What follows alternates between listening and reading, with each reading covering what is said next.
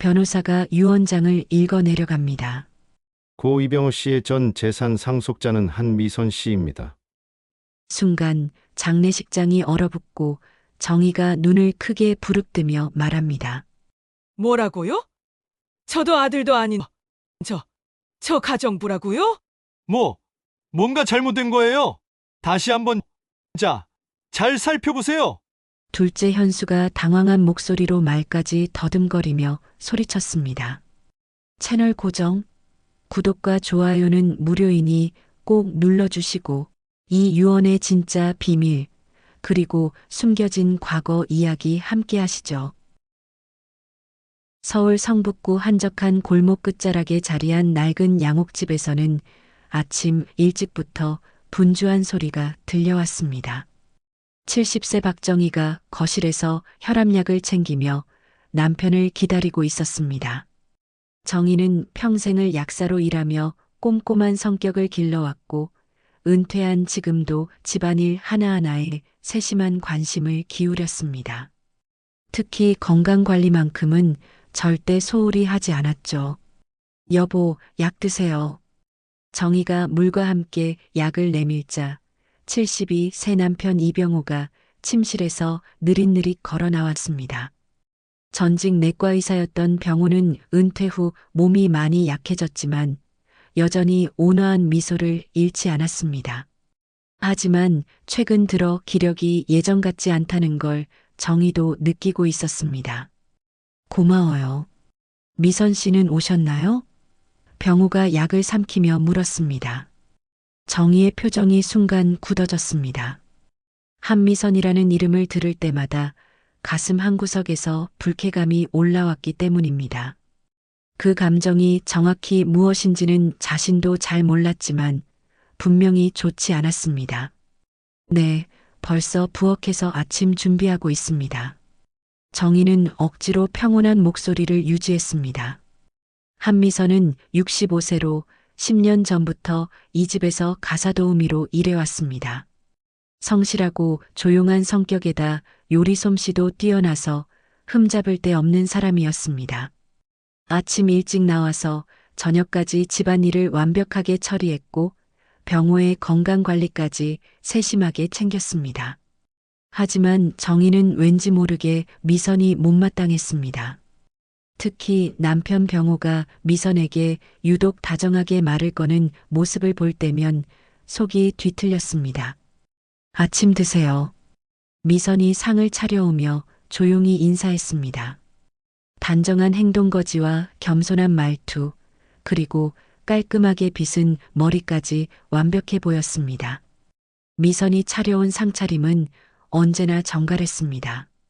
흰 쌀밥, 따끈한 미역국, 정성스럽게 무친 나물들까지 한 그릇 한 그릇이 정성으로 가득했습니다. 병호는 미선을 보며 환하게 웃었습니다. 미선 씨, 고생 많으세요. 오늘도 맛있어 보이네요. 정말 우리가 복받은 것 같아요. 미선은 수줍게 미소 지었습니다. 별 말씀을요, 선생님. 당연히 해야 할 일인걸요. 정희는 젓가락을 든 손에 힘이 들어가는 걸 느꼈습니다. 남편이 미선에게 하는 말투가 자신에게 하는 것과는 확연히 달랐기 때문입니다. 언제부터인가 병호는 정희에게 그런 따뜻한 말을 건네지 않았습니다. 식사 중에도 병호는 미선에게 관심을 보였습니다. 미선 씨, 어제 허리 아프다고 하지 않으셨어요? 괜찮으세요? 네, 괜찮습니다. 걱정해 주셔서 감사해요. 미선의 대답에 정희는 숟가락을 놓았습니다. 남편이 자신보다 미선의 건강을 더 챙기는 것 같았기 때문입니다. 점심 무렵 첫째 아들 이준호가 찾아왔습니다. 45살인 준호는 아직 결혼하지 않은 채 혼자 살고 있었습니다. 과묵한 성격으로 평소에도 말이 적었지만 오늘은 특히 더 조용해 보였습니다. 준호는 어렸을 때부터 속내를 잘 드러내지 않는 아이였습니다. 엄마, 아빠는 어디 계세요? 준호가 현관에서 신발을 벗으며 물었습니다. 아버지는 동네 산책 나가셨어. 미선 씨랑 같이. 정희의 말에는 묘한 불편함이 섞여 있었습니다. 요즘 병호는 산책할 때도 미선과 함께 나가곤 했습니다. 건강 때문이라고는 하지만 정희 눈에는 달리 보였습니다. 준호는 아무 말 없이 거실에 앉았습니다. 미선이 차를 따라주자 조용히 고개를 끄덕였습니다. 그의 시선이 미선의 뒷모습을 따라가는 걸 정희가 놓치지 않았습니다. 준호의 눈빛에는 묘한 감정이 담겨 있었습니다. 준호야, 요즘 어떻게 지내니? 정희가 물었지만 준호는 짧게 대답했습니다. 그냥 그래요. 이때 미선이 과일을 깎아서 가져왔습니다. 준호 씨, 사과 좋아하시죠? 미선의 말에 준호는 작게 미소 지었습니다. 정희는 그 모습을 지켜보며 이상한 기분이 들었습니다. 저녁 시간 둘째 아들 이현수 부부가 방문했습니다. 43살인 현수는 결혼 후 아내와 함께 부모님을 자주 찾았습니다. 현수 부인은 늘 말이 많았고 집안 사정에 관심이 많았습니다. 특히 돈 이야기만 나오면 귀가 쫑긋 서곤 했죠. 어머니, 가사도우미분 월급은 얼마나 드려요? 현수 부인이 노골적으로 물었습니다. 정희는 당황했지만 대답해야 했습니다. 적당히 주고 있어. 그런 걸 왜 물어보니? 요즘 물가도 오르고 저희도 살림이 팍팍해서요. 혹시 불필요한 지출은 없나 싶어서요. 현수 부인의 말에 미선이 설거지하던 손을 멈췄습니다. 이때 병우가 돌아왔습니다. 현수 부부의 대화를 들은 병우가 화를 냈습니다. 그런 소리 하지 말아라. 미선 씨 덕분에 우리가 편하게 사는 거다. 돈으로 살 수 없는 정성을 받고 있다고. 현수 부부는 서로 눈짓을 주고받았습니다. 아버지가 가사도우미를 두둔하는 모습이 못마땅했던 것입니다. 준호는 여전히 조용히 앉아서 상황을 지켜보고 있었습니다. 아버지, 그래도 가족끼리는 솔직하게 얘기할 수 있잖아요. 현수가 조심스럽게 말했습니다. 솔직하게 얘기하자면 미선 씨가 없었으면 이 집이 어떻게 돌아갔을지 모르겠다. 나이 들수록 고마운 분이야. 병호의 말에 정희의 얼굴이 굳어졌습니다. 밤이 되자 집안은 다시 고요해졌습니다. 정희는 침대에 누워서도 잠이 오지 않았습니다. 남편이 미선을 대하는 태도가 자꾸 신경 쓰였기 때문입니다. 옆에서 병호는 깊은 잠에 빠져 있었지만 가끔씩 뒤척이며 중얼거렸습니다. 정희는 천장을 바라보며 생각했습니다. 결혼한 지 40년이 넘었지만 남편과 자신 사이에는 언제부터인가 차가운 공기가 흘렀습니다. 사랑보다는 의무감으로 버텨온 세월이었고 서로에게 익숙해진 것일 뿐이었습니다. 하지만 그것이 자연스러운 부부의 모습이라고 생각했습니다. 그런데 남편이 다른 여자에게 다정한 모습을 보이는 건 참을 수 없었습니다. 그것이 단순한 친절인지 아니면 다른 감정인지 확신할 수 없어서 더욱 괴로웠습니다.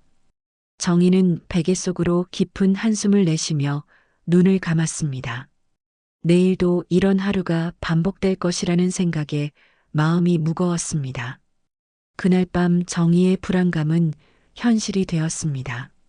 새벽 4시쯤 화장실에서 나오던 병호가 갑자기 가슴을 움켜쥐며 쓰러졌습니다. 정희가 다급히 구급차를 불렀지만 병원에 도착하기 전에 병호는 이미 숨을 거두었습니다. 급성 심근경색이었습니다. 선생님. 미선이 병원 응급실에서 울부짖는 소리가 복도까지 울려 퍼졌습니다. 정희는 그 모습을 보며 묘한 감정에 휩싸였습니다. 40년을 함께 산 아내인 자신보다 미선이 더 슬퍼하는 것처럼 보였기 때문입니다. 장례 준비는 분주하게 진행되었습니다. 준호와 현수가 장례식장을 알아보고 현수 부인은 조문객 맞을 준비를 했습니다. 미선은 묵묵히 정희 곁에서 뒷바라지를 했습니다. 정희가 제대로 식사도 하지 못하고 있을 때 미선은 죽을 끓여 가져다 주었습니다. 사모님, 조금이라도 드세요. 몸이 상하시면 안 됩니다. 미선의 목소리는 쉬어 있었습니다. 밤새 울었던 흔적이 역력했습니다. 고마워, 미선 씨. 자기도 많이 힘들 텐데. 정희는 복잡한 마음으로 미선을 바라봤습니다. 남편의 죽음 앞에서 원망도 슬픔도 모두 무의미해 보였습니다. 장례식 둘째 날 비가 내리기 시작했습니다. 마치 하늘도 병호의 죽음을 애도하는 것 같았습니다. 조문객들이 하나둘 돌아가고 가족들만 남았을 때였습니다. 정희가 모르는 중년 남성이 장례식장에 나타났습니다. 유가족분들이시죠? 저는 고인의 변호사 김철수입니다. 그는 정중하게 인사하며 서류 가방을 들고 있었습니다. 고인께서 생전에 유언장을 작성하셨는데 장례식 후에 공개하기로 하셨습니다. 정희와 두 아들, 그리고 현수 부인이 변호사를 둘러쌌습니다. 미선은 조금 떨어진 곳에서 조용히 서 있었습니다. 지금 여기서 공개하시는 건가요? 현수가 물었습니다. 네, 고인의 유언에 따라 가족 여러분이 모인 자리에서 낭독하겠습니다. 변호사가 봉투에서 유언장을 꺼냈습니다. 정희의 가슴이 두근거리기 시작했습니다. 무슨 내용일지 알 수 없어서 불안했습니다. 변호사가 목을 가다듬고 유언장을 펼쳤습니다. 고 이병호 선생님의 유언장을 낭독하겠습니다. 작성일은 올해 3월 15일입니다. 정희는 깜짝 놀랐습니다. 불과 5달 전에 작성한 유언장이었습니다. 왜 그때 유언장을 썼는지 전혀 몰랐습니다. 나 이병호는 정신이 온전한 상태에서 다음과 같이 유언합니다. 변호사의 목소리가 장례식장에 울려 퍼졌습니다. 첫째, 성북구 소재 주택과 경기도 안양시 소재 토지 일체를 한미선에게 상속합니다. 정희의 얼굴이 하얗게 변했습니다. 현수 부부는 서로를 바라보며 당황했습니다. 준호만 조용히 서서 변호사를 바라보고 있었습니다. 둘째, 마포구 소재 빌딩과 은행 예금 15억 원 전액을 한미선에게 상속합니다. 변호사가 계속 읽어 내려갔습니다. 셋째, 기타 유가증권 및 동산 일체를 한미선에게 상속합니다. 장례식장이 순간 조용해졌습니다. 정희는 귀를 의심했습니다. 남편이 10년간 함께 일한 가사도우미에게 모든 재산을 물려준다는 뜻이었습니다. 이게 무슨 소리예요? 현수 부인이 먼저 소리쳤습니다. 40년을 함께 산 아내와 두 아들을 놔두고 남한테 재산을 다 준다고요? 변호사가 차분하게 대답했습니다. 유언장은 법적으로 유효합니다. 고인께서 정신이 온전한 상태에서 작성하셨고 공증도 받으셨습니다. 정희는 다리에 힘이 빠져 의자에 주저앉았습니다. 왜 이런 일이? 목소리가 떨렸습니다. 40년을 함께 산 부부인데 남편이 자신에게는 한 푼도 남기지 않았다는 사실이 믿어지지 않았습니다. 미선이 조심스럽게 다가왔습니다. 사모님, 저도 이런 일이 일어날 줄 몰랐습니다. 선생님께서 평소에 저를 친동생처럼 아껴주시긴 했지만, 친동생? 현수가 미선을 날카롭게 쳐다봤습니다. 10년 일한 가사도우미한테 전 재산을 주는 게 친동생 대우란 거야? 미선은 당황하며 고개를 숙였습니다. 정말 모르는 일이었습니다. 선생님이 외로워하실 때 말벗이 되어드린 것뿐인데 정희가 벌떡 일어섰습니다. 말벗? 그게 전부였다고? 정희의 목소리에 분노가 섞여 있었습니다. 40년을 함께 산 아내가 있는데 왜 말벗이 필요했겠어? 변호사가 중재에 나섰습니다. 가족 여러분들의 심정은 이해하지만 법적으로는 유효한 유언장입니다. 혹시 이의가 있으시면 법정에서 다툴 수도 있습니다. 준호가 처음으로 입을 열었습니다. 변호사님, 유언장에 이유가 적혀 있나요? 왜 이런 결정을 하셨는지 변호사가 유언장을 다시 살펴봤습니다. 추가 내용이 있습니다. 나의 가족들에게는 미안하지만 한미선은 나에게 가족보다 더 소중한 존재였다. 그녀의 헌신과 사랑에 보답하고 싶다고 되어 있습니다. 정희는 그 말을 듣고 현기증을 느꼈습니다. 남편이 미선을 사랑했다는 뜻이었습니다. 그것도 가족보다 더 소중하게 여겼다는 것이었습니다. 이건 말이 안 됩니다.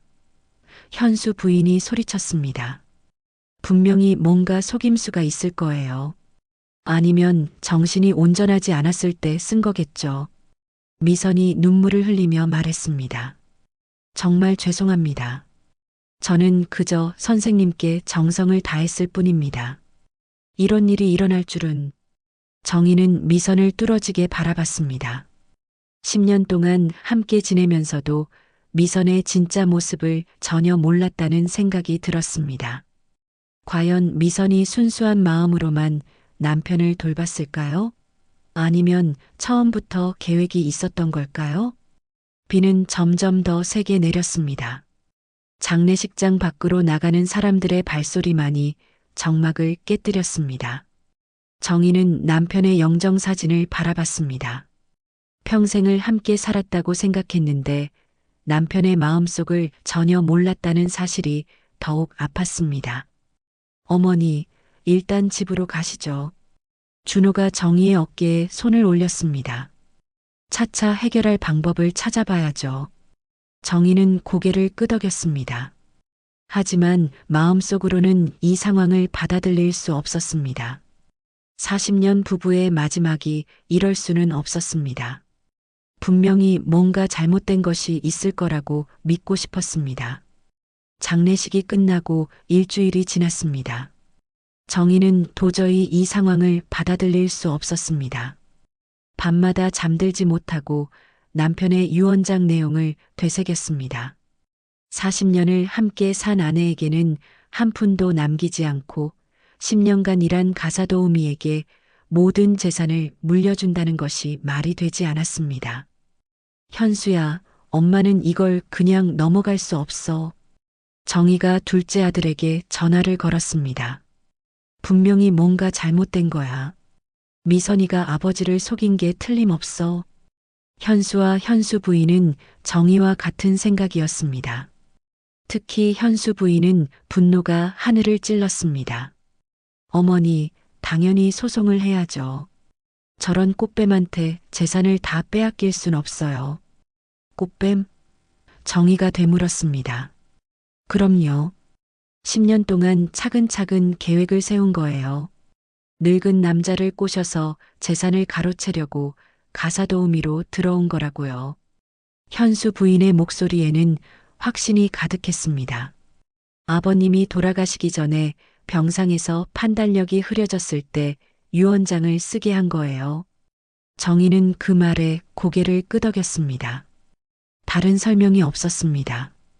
평생 성실하게 살아온 남편이 갑자기 그런 결정을 할 리 없었습니다.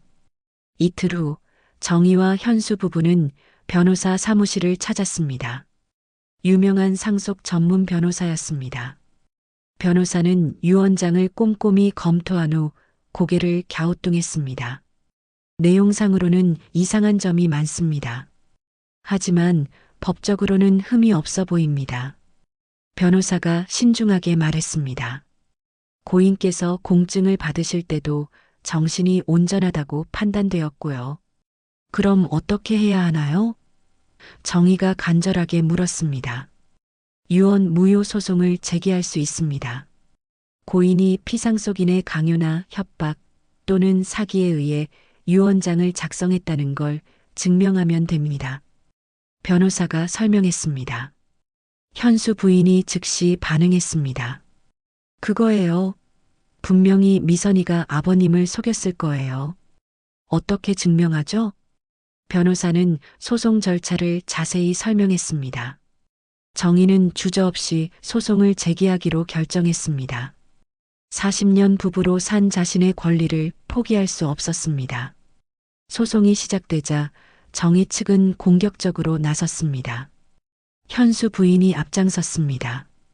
미선 씨, 솔직히 말해보세요. 아버님이 병상에 계실 때 뭔가 속삭이지 않았나요?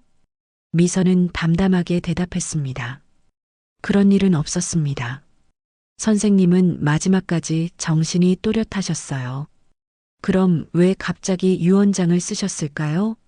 40년을 함께 산 아내를 놔두고 당신한테 모든 재산을 준다는 게 말이 됩니까?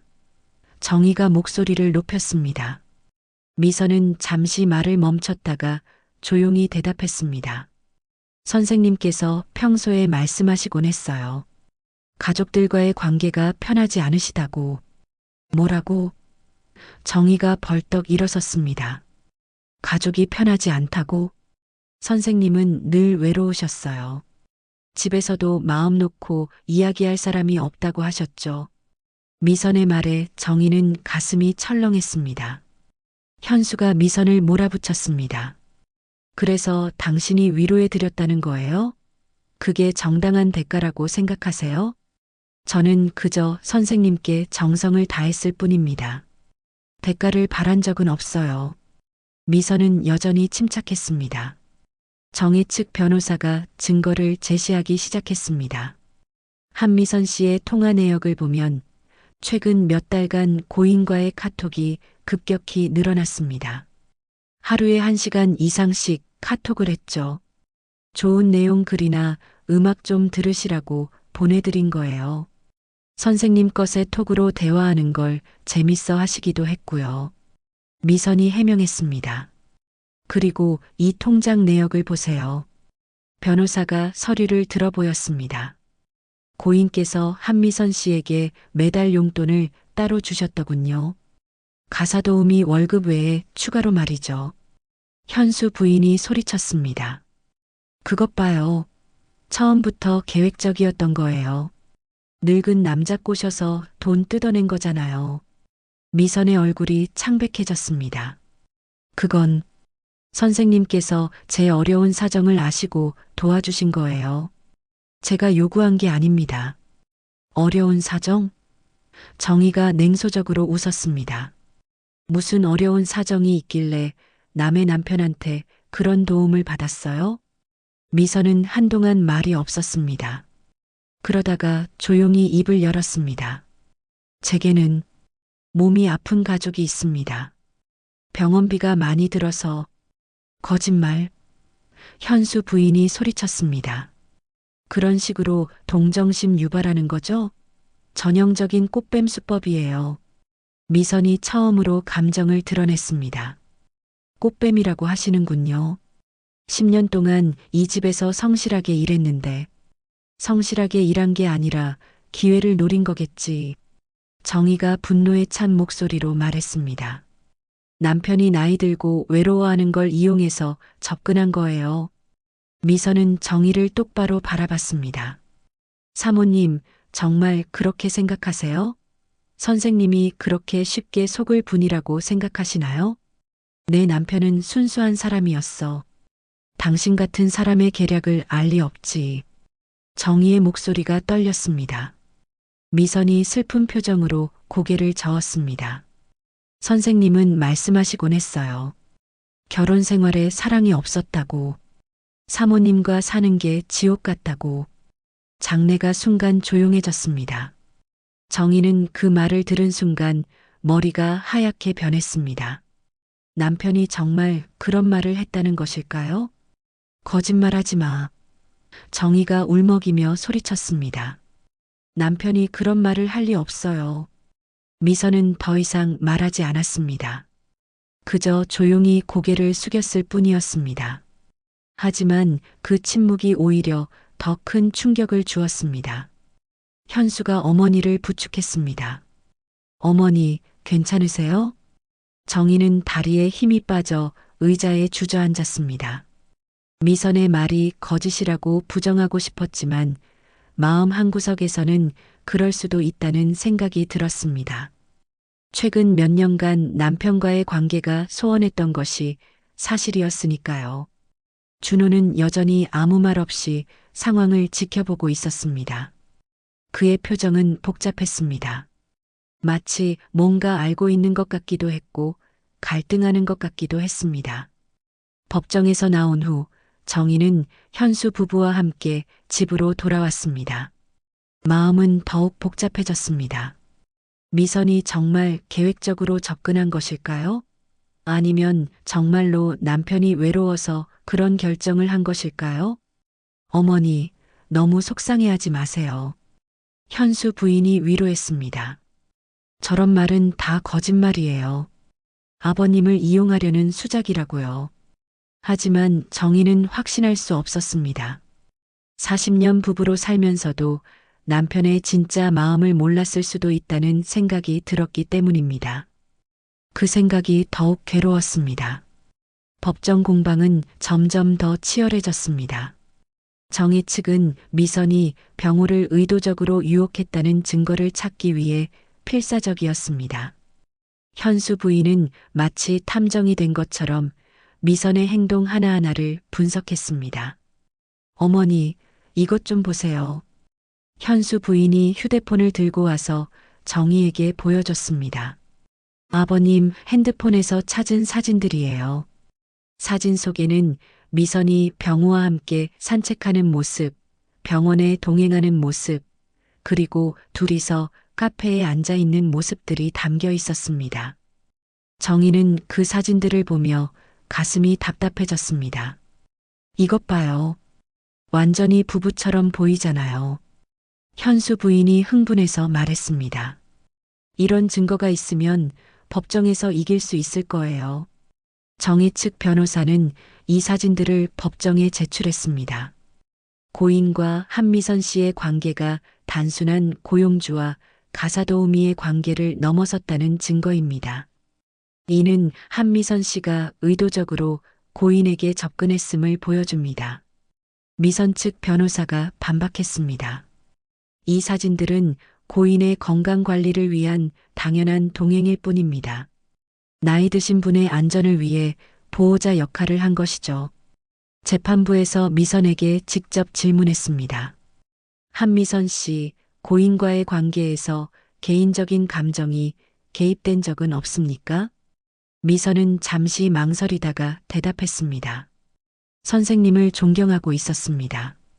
하지만 그것이 불순한 목적은 아니었어요. 존경? 정희가 코웃음을 쳤습니다. 그런 식으로 포장하는 거군요. 실제로는 재산을 노린 거면서.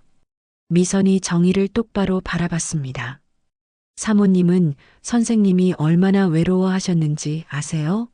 집에서도 혼자 계시는 시간이 대부분이었어요. 외롭다고 해서 남의 여자와 그런 관계를 가져도 되는 건가요? 현수가 분노에 찬 목소리로 물었습니다. 미선은 차분하게 대답했습니다. 불륜 관계는 없었습니다. 저는 그저 선생님의 말벗이 되어드렸을 뿐이에요. 말벗?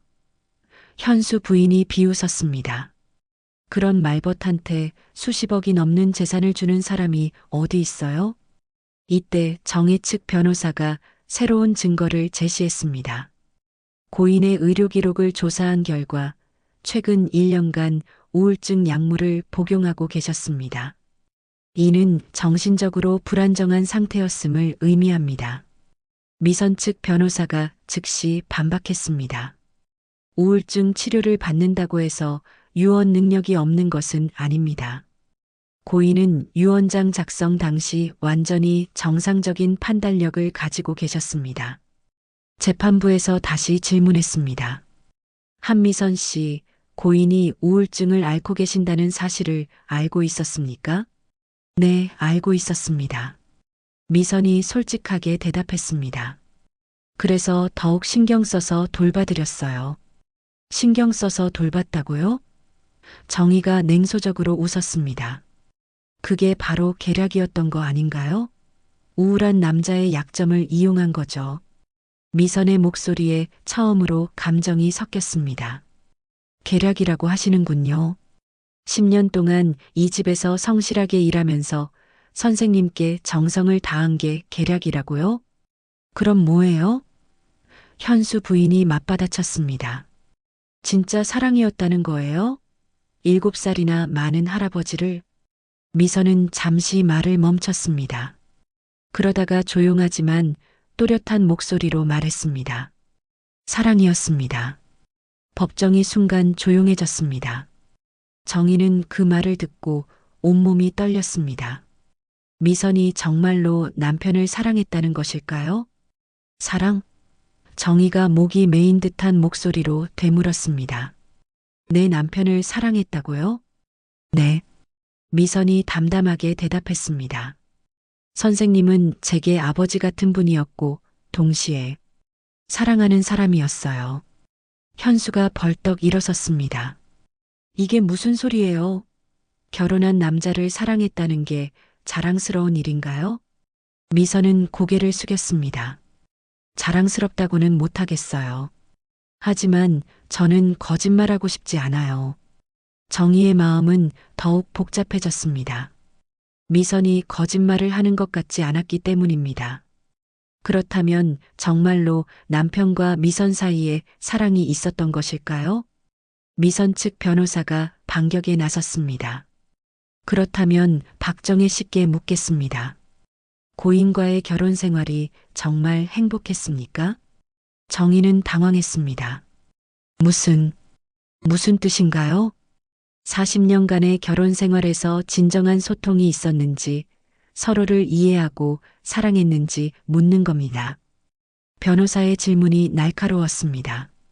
정희는 대답하기 어려웠습니다. 솔직히 말하면 최근 10여 년간 남편과의 관계는 형식적이었습니다. 대화도 별로 없었고 각자의 삶을 살아왔습니다. 그건 중요한 게 아니에요. 정희가 어색하게 대답했습니다. 부부는 사랑만으로 사는 게 아니잖아요. 그렇습니다. 미선 측 변호사가 날카롭게 말했습니다. 하지만 고인은 사랑을 원했던 것 같습니다.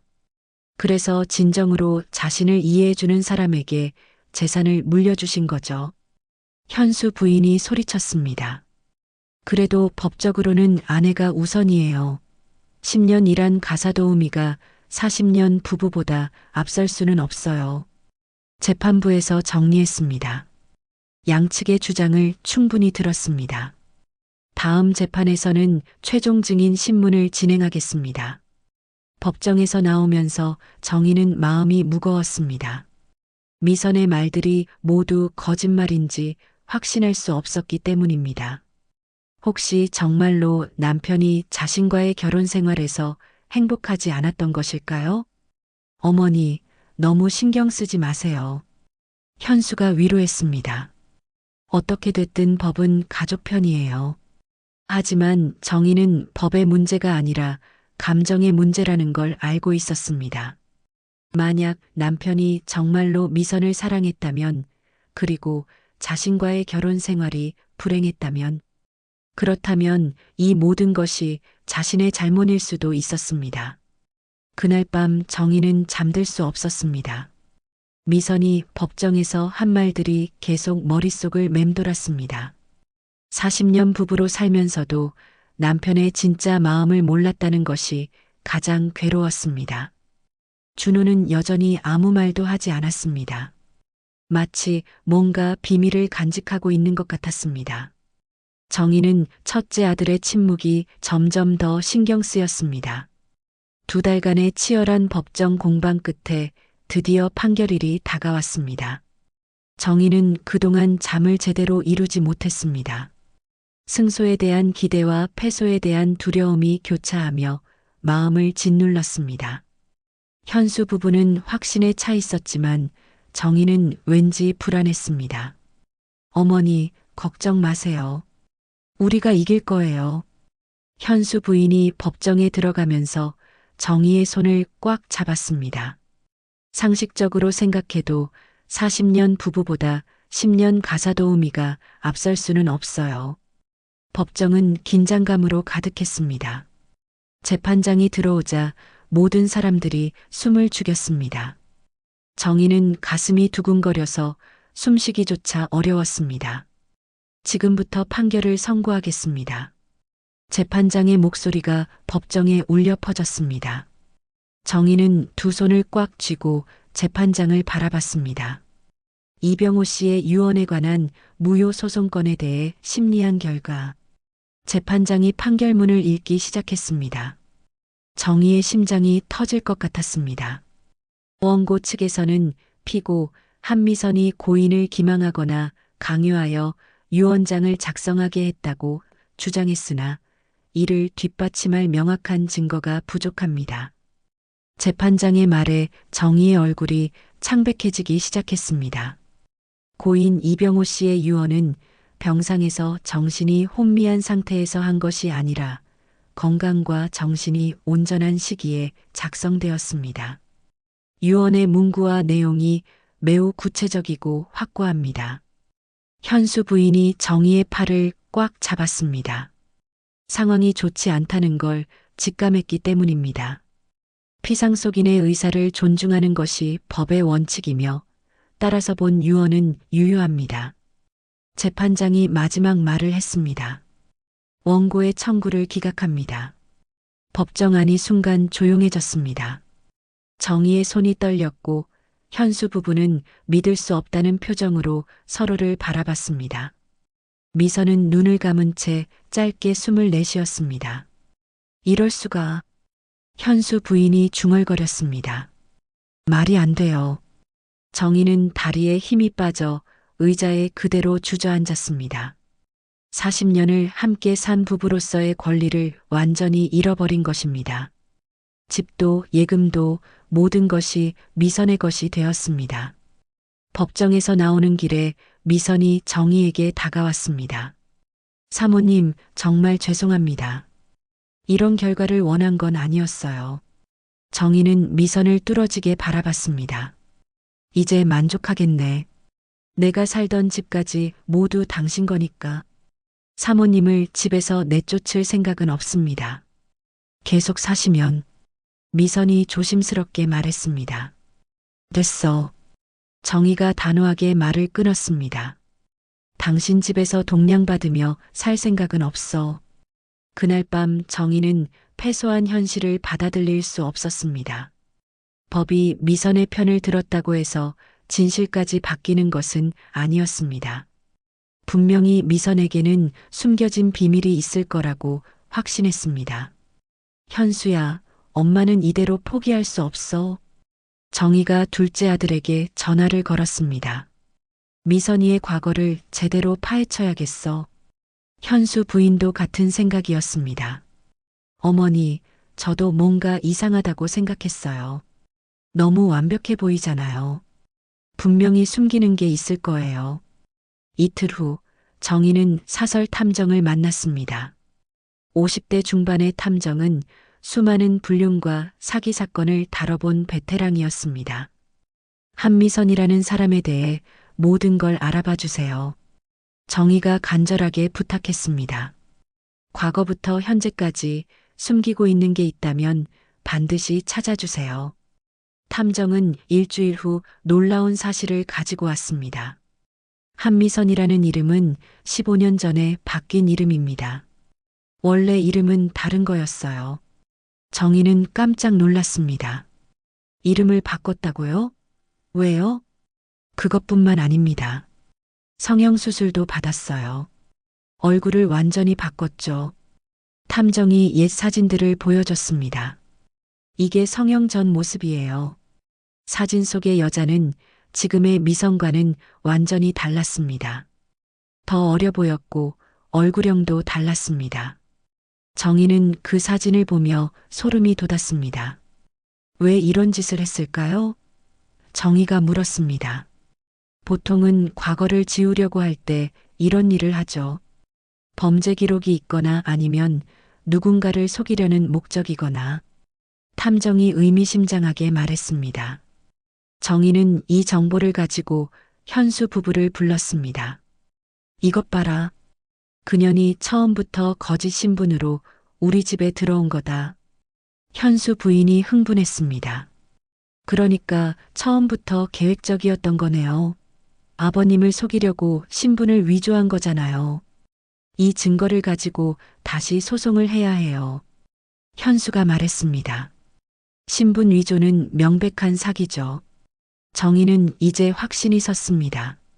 미선이 처음부터 자신들을 속였다는 명백한 증거가 있었습니다.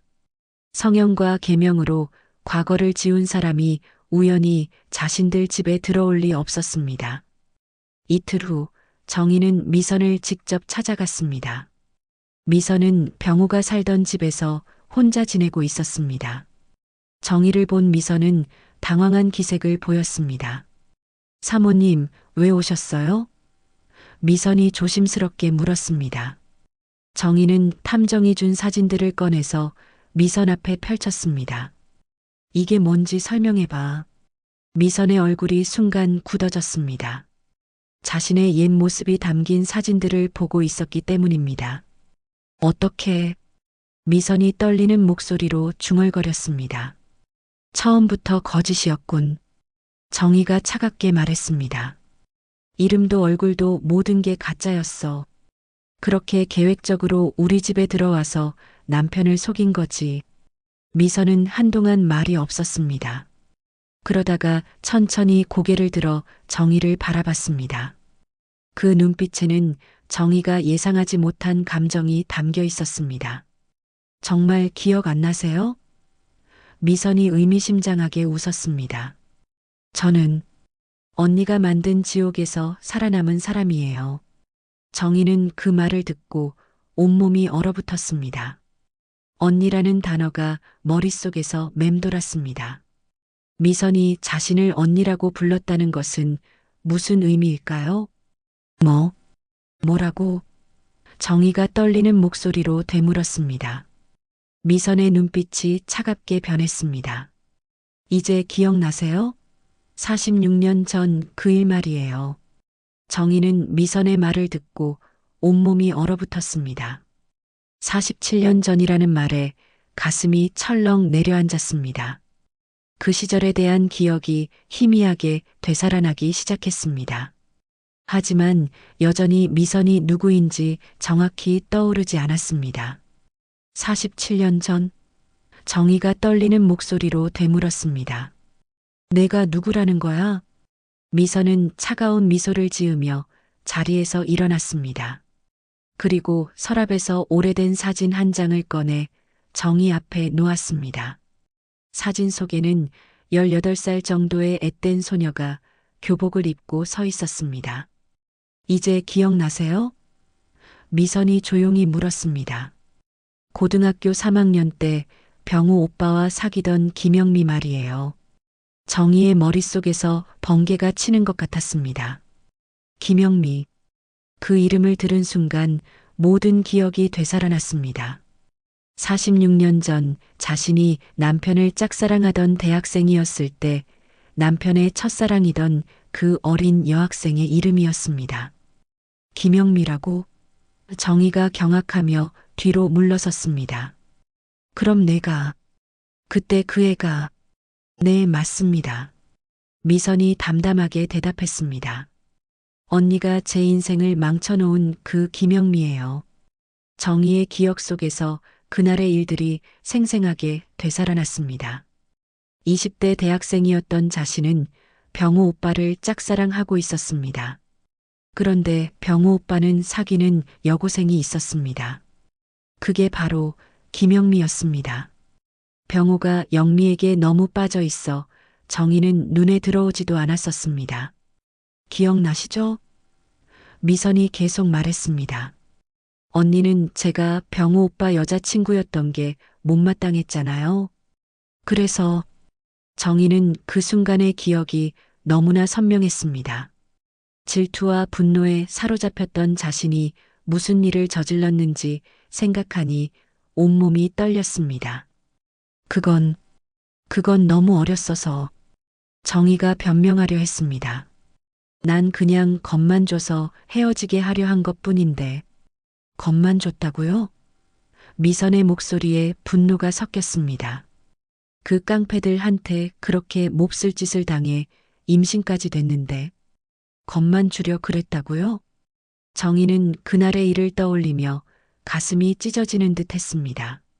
질투에 눈이 멀어 저지른 일이었지만 그 결과가 얼마나 끔찍했는지는 나중에야 알았습니다. 18살 소녀를 그런 일 당하게 만든 것은 용서받을 수 없는 죄였습니다.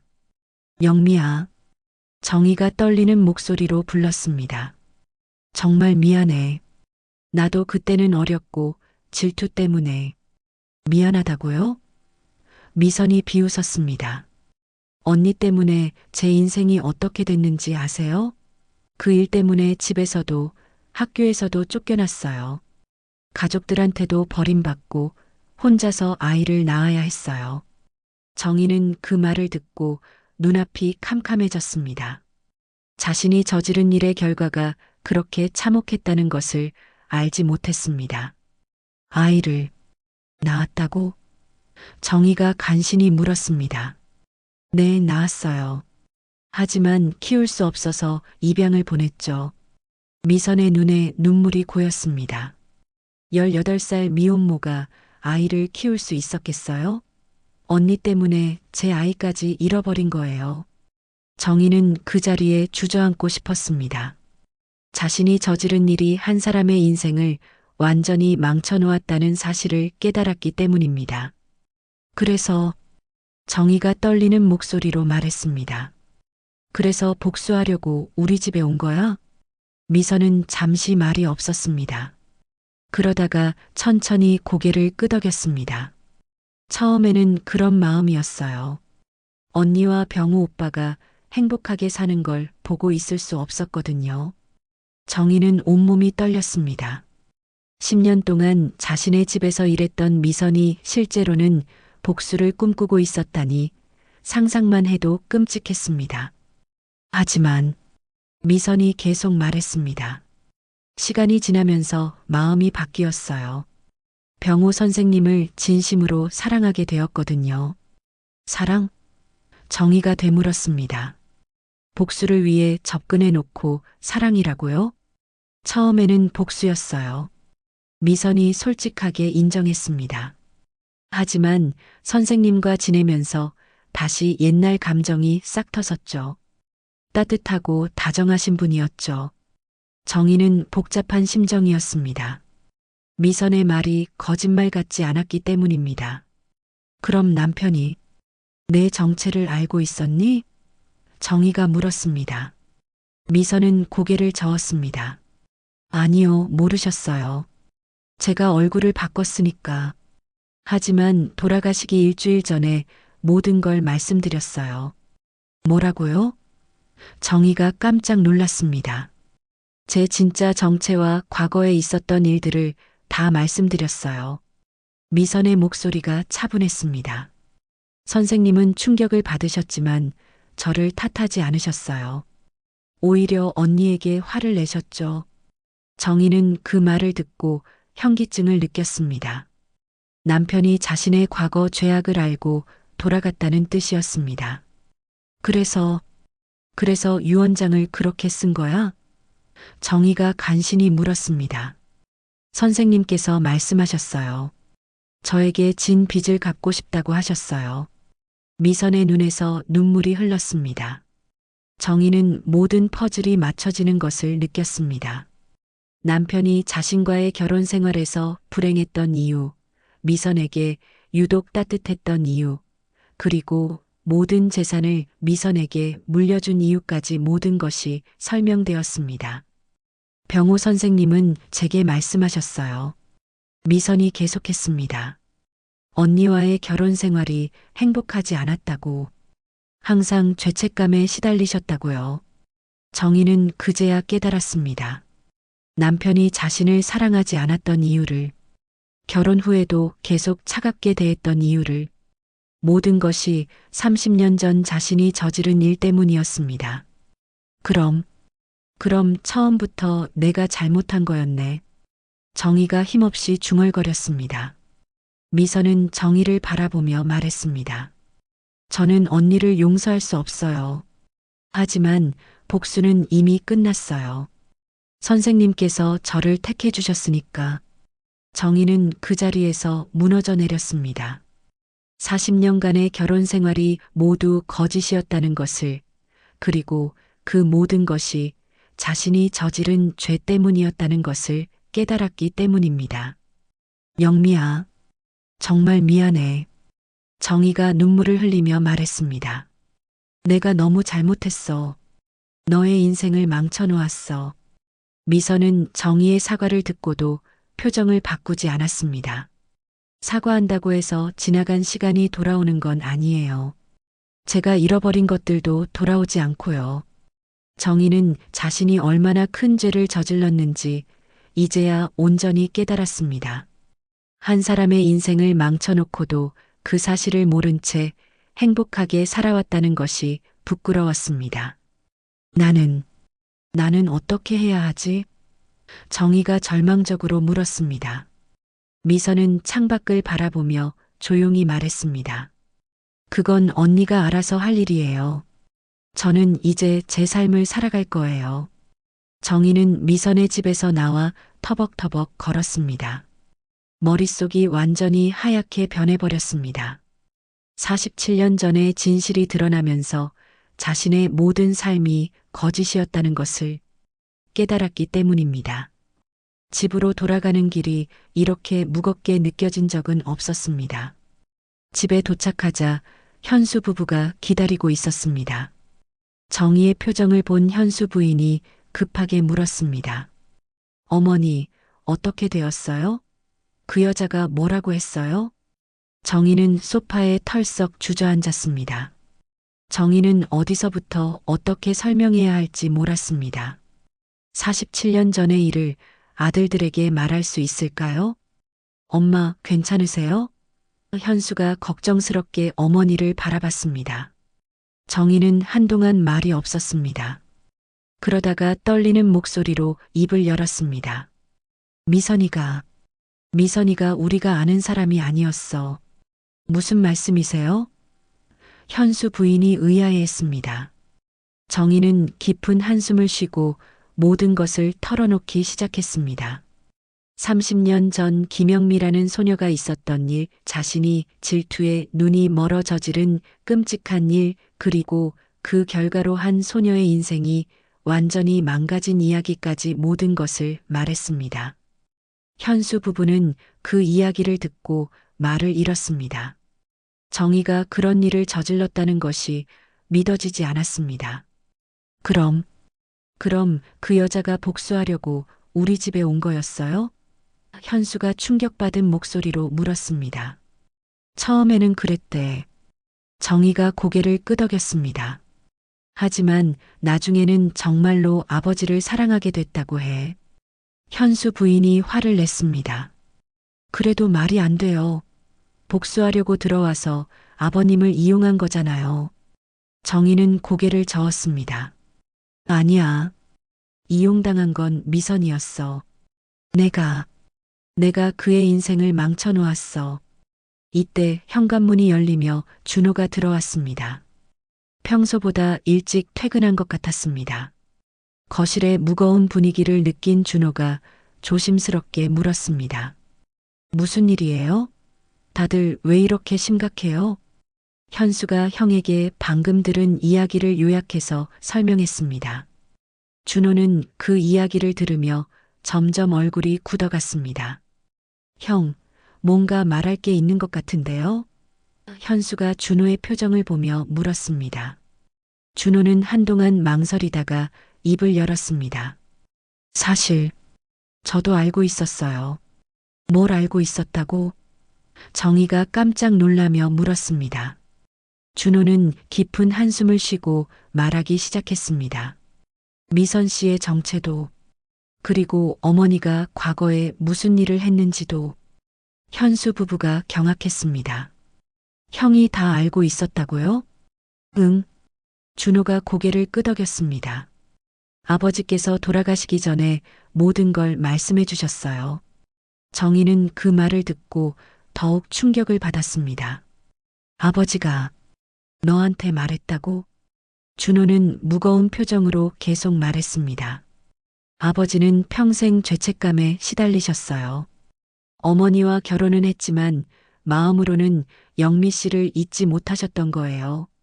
그럼 왜 아무 말도 안 했어요? 현수가 형을 몰아붙였습니다. 준호는 잠시 망설이다가 폭탄 같은 말을 던졌습니다. 그리고 제가 미선 씨를 사랑합니다. 거실이 순간 조용해졌습니다. 정희는 귀를 의심했습니다. 아들이 미선을 사랑한다니 이게 무슨 소리일까요? 뭐라고? 현수 부인이 소리쳤습니다. 형이 미선이를 사랑한다고요? 준호는 담담하게 대답했습니다. 응, 사랑해. 그리고 아버지도 그 사실을 아셨어요. 정희는 온몸이 떨렸습니다. 언제부터 그런 감정을? 몇 년 전부터요. 준호가 솔직하게 말했습니다. 처음에는 제가 미선 씨에게 끌린다는 걸 이해할 수 없었어요. 하지만 시간이 지나면서 진짜 사랑이라는 걸 알게 됐어요. 현수가 화를 냈습니다. 형, 정신 나갔어요? 아버지 가사도우미였던 사람을. 그것도 우리보다 나이 많은 사람을. 나이는 중요하지 않아. 준호가 단호하게 말했습니다. 그리고 미선 씨는 정말 좋은 분이에요. 정희는 머리가 터질 것 같았습니다. 남편이 미선을 사랑했고 이제는 아들마저 미선을 사랑한다니 도대체 무슨 일이 벌어지고 있는 것일까요? 그럼 아버지 유언장도? 정희가 떨리는 목소리로 물었습니다. 준호는 고개를 끄덕였습니다. 아버지께서 미선 씨와 제 사랑을 알고 계셨어요. 그래서 미선 씨에게 재산을 물려주신 거예요. 저희가 함께 행복하게 살기를 바라신다고 하시면서 현수 부인이 히스테리를 부렸습니다. 말이 안 돼요. 이게 무슨 막장 드라마예요? 이때 준호가 더욱 충격적인 말을 했습니다. 그리고 사실 저는 아버지 친아들이 아니에요. 거실에 있던 모든 사람이 말을 잃었습니다. 정희는 그 말을 듣고 의자에서 떨어질 뻔했습니다. 뭐라고? 정희가 간신히 물었습니다. 준호는 차분하게 설명했습니다. 어머니, 제가 태어나기 전에 다른 남자와 관계가 있었죠? 아버지는 그 사실을 알고도 저를 아들로 키워주셨어요. 정희는 그 순간 모든 것이 무너지는 것을 느꼈습니다. 자신의 과거 불륜까지 들춰진 것입니다. 결혼 전 다른 남자와의 관계로 임신했지만 병우와 결혼하면서 그 사실을 숨겼던 것이었습니다. 아버지는 평생 이 모든 걸 알고 계셨어요. 준호가 계속 말했습니다. 어머니의 과거, 미선 씨에게 했던 일, 그리고 제가 친아들이 아니라는 사실까지 모든 걸 알고도 묵묵히 참고 사셨어요. 현수는 충격으로 말을 잃었습니다. 형이 말한 사실을 받아들이기 어려웠습니다. 그래서 그이가 그렇게 힘들어 하셨던 거구나. 정희가 눈물을 흘리며 중얼거렸습니다. 준호는 마지막으로 말했습니다. 아버지는 돌아가시기 전에 저에게 말씀하셨어요. 어머니를 용서하라고. 하지만 미선 씨와는 행복하게 살라고 하셨어요. 정희는 그제야 모든 진실을 알게 되었습니다. 자신이 얼마나 많은 사람들을 아프게 했는지, 그리고 남편이 얼마나 큰 상처를 안고 살았는지를 깨달았습니다. 그럼 이제 어떻게 하겠다는 거야? 정희가 힘없이 물었습니다. 준호는 결연한 표정으로 대답했습니다. 미선 씨와 함께 떠날 거예요. 어머니에 대한 복수가 아니라 제 진심이에요. 준호의 마지막 말이 거실에 울려 퍼진 후 한동안 아무도 말을 하지 못했습니다. 정희는 거실 한가운데 주저앉아 두 손으로 얼굴을 감쌌습니다. 40년간 쌓아 올린 모든 것이 한순간에 무너져 내리는 기분이었습니다. 어머니, 현수가 조심스럽게 어머니에게 다가갔습니다. 하지만 정희는 고개를 들지 못했습니다. 자신이 저지른 모든 죄악이 한꺼번에 드러난 상황에서 어떤 말을 해야 할지 몰랐습니다. 형, 정말 그럴 거예요? 현수가 준호에게 물었습니다. 목소리에는 배신감이 섞여 있었습니다. 준호는 고개를 끄덕였습니다. 미안해, 현수야. 하지만 이게 아버지의 뜻이기도 해. 현수 부인이 분노에 찬 목소리로 소리쳤습니다. 뜻이라고요? 이게 무슨 뜻이에요? 가족을 버리고 떠나는 게 아버님 뜻이라고요? 가족을 버리는 게 아니에요. 준호가 차분하게 대답했습니다. 하지만 이 집에서는 더 이상 함께 살 수 없어. 모든 게 너무 복잡해졌어. 정희는 천천히 고개를 들었습니다. 눈가가 빨갛게 부어 있었습니다. 준호야, 정말 미안해. 엄마가 모든 걸 망쳤어. 준호는 어머니를 바라보며 말했습니다.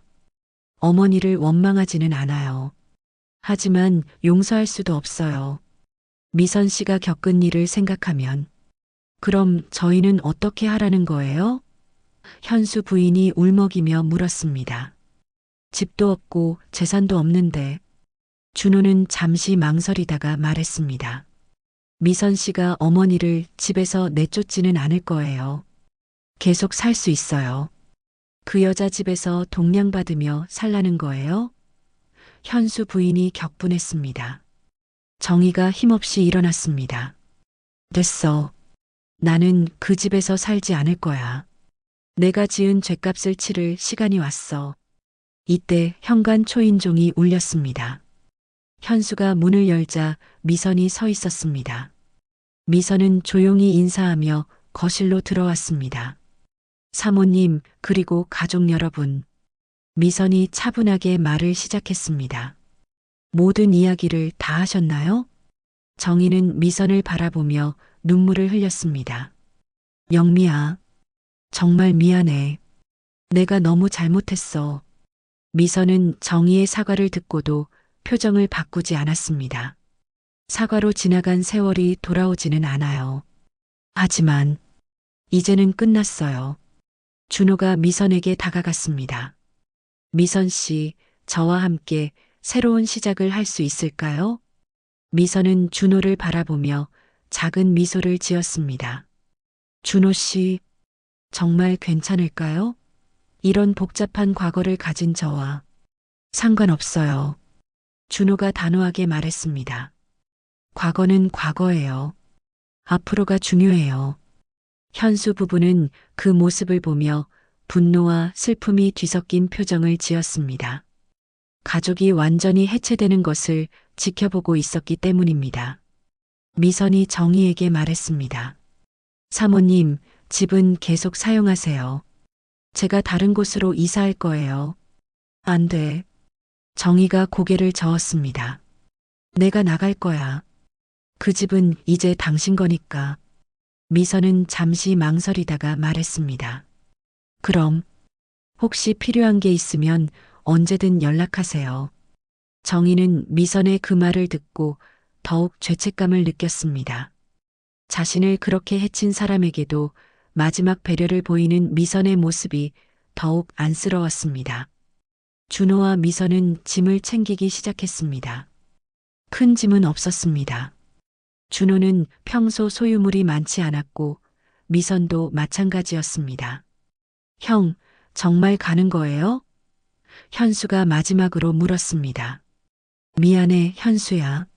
하지만 이게 맞는 것 같아.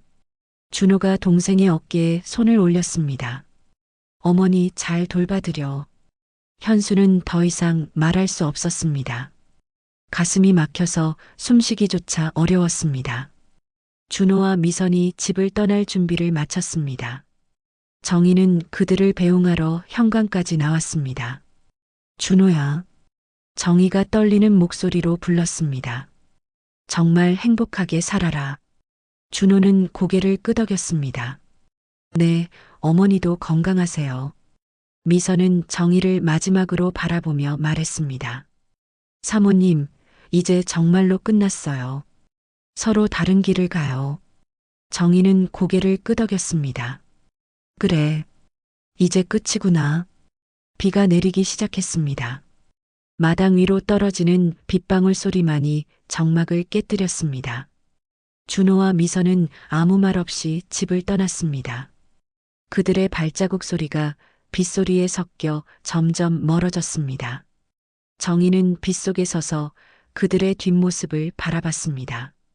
흐릿한 빗속에서 두 사람의 모습이 사라질 때까지 그 자리에 서 있었습니다. 현관 안에서 현수 부부가 지켜보고 있었지만 정희는 혼자라는 생각이 들었습니다. 40년간 쌓아온 모든 것을 잃어버린 지금 남은 것은 후회와 죄책감 뿐이었습니다. 정희는 마당에 떨어진 낙엽들을 바라봤습니다. 가을이 되어 나뭇잎들이 하나둘 떨어지고 있었습니다. 자신의 인생도 그 낙엽처럼 시들어가고 있다는 생각이 들었습니다. 사람의 업보는 이렇게 돌아오는 거구나. 정희가 혼잣말로 중얼거렸습니다. 비는 점점 더 세게 내렸습니다. 정희는 그제야 집 안으로 들어갔습니다. 거실은 텅 비어 있었고 시계 소리만이 쓸쓸하게 울려 퍼졌습니다. 정희는 소파에 앉아 창밖을 바라봤습니다. 빗속에서 자신의 굽은 어깨만이 쓸쓸하게 남아 있었습니다. 때로는 우리가 저지른 과거의 죄가 가장 예상치 못한 방식으로 돌아오기도 합니다. 정의의 이야기는 질투와 복수가 만들어낸 슬픈 인연이 결국 진실한 사랑으로 승화되는 과정을 보여줍니다. 미선과 준호가 과거의 상처를 딛고 새로운 출발을 선택한 모습에서 우리는 용서와 사랑이 가진 치유의 힘을 발견하게 됩니다. 업보는 돌고 돌지만 그 끝에는 언제나 구원의 손길이 기다리고 있다는 것을 이 이야기는 말해주고 있습니다. 오늘 이야기가 여러분의 마음에 깊은 울림을 전했다면 구독과 좋아요로 응원해주세요.